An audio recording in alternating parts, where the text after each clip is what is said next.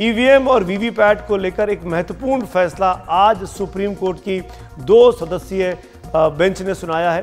तमाम याचिकाएं जो थी, ईवीएम को चैलेंज करने वाली, बैलेट पेपर का डिमांड करने वाली, वीवीपैट की पर्चियों का मिलान करने वाली, उन तमाम याचिकाओं को सुप्रीम कोर्ट ने सिरे से खारिज कर दिया। बहुत बड़ा फैसला सुनाया और 100% ईवीएम वीवीपैट का पर्ची का मिलान नहीं होगा, ये साफ कर दिया अदालत ने। लेकिन 2 बहुत अहम दिशा निर्देश भी जारी किए हैं चुनाव आयोग को लेकर और चुनावी व्यवस्था को दुरुस्त करने को लेकर।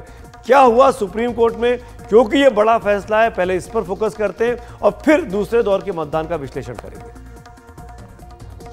आज सुप्रीम कोर्ट ने अभी 1-2 घंटे पहले ही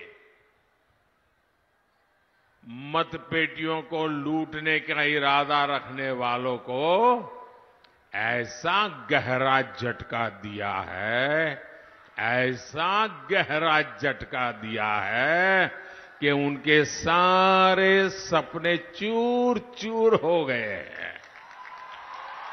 आज उच्च न्यायालय ने, सुप्रीम कोर्ट ने साफ साफ कह दिया है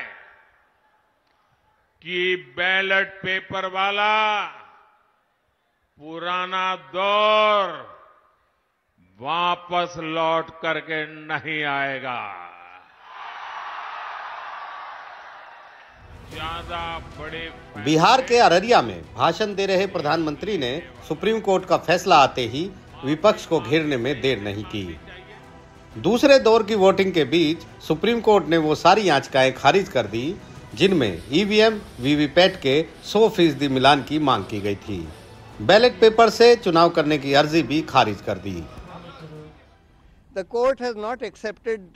न्यायालय ने हमारी मांगे स्वीकार नहीं की हैं, लेकिन चुनाव आयोग को ये जांच करने का निर्देश दिया है कि क्या वीवीपैट पर्चियों पर बैलेट पर बारकोड लगाया जा सकता है ताकि वीवीपैट पर्चियों की गणना मशीन द्वारा यांत्रिक रूप से की जा सके। माननीय सुप्रीम कोर्ट के निर्णय का स्वागत करना चाहूंगा कि उन्होंने बैलेट पेपर पर वापस जाने के रेट्रोग्रेड स्टेप को सख्त मनाही कर दी कि बिल्कुल नहीं जाएंगे। दूसरे, उन्होंने अनावश्यक 100% वीवीपैट स्लिप काउंटिंग करने के लिए भी मनाही कर दी कि इसकी आवश्यकता नहीं है। 2 जजों की पीठ ने सहमति से दिए फैसले में चुनाव आयोग को दिशा निर्देश भी दिए। ईवीएम में सिंबल लोडिंग यूनिट को भी सील कर कंटेनरों में सुरक्षित रखा जाए। इन कंटेनरों को नतीजों के बाद कम से कम 45 दिनों तक ईवीएम के साथ स्टोर रूम में रखा जाए।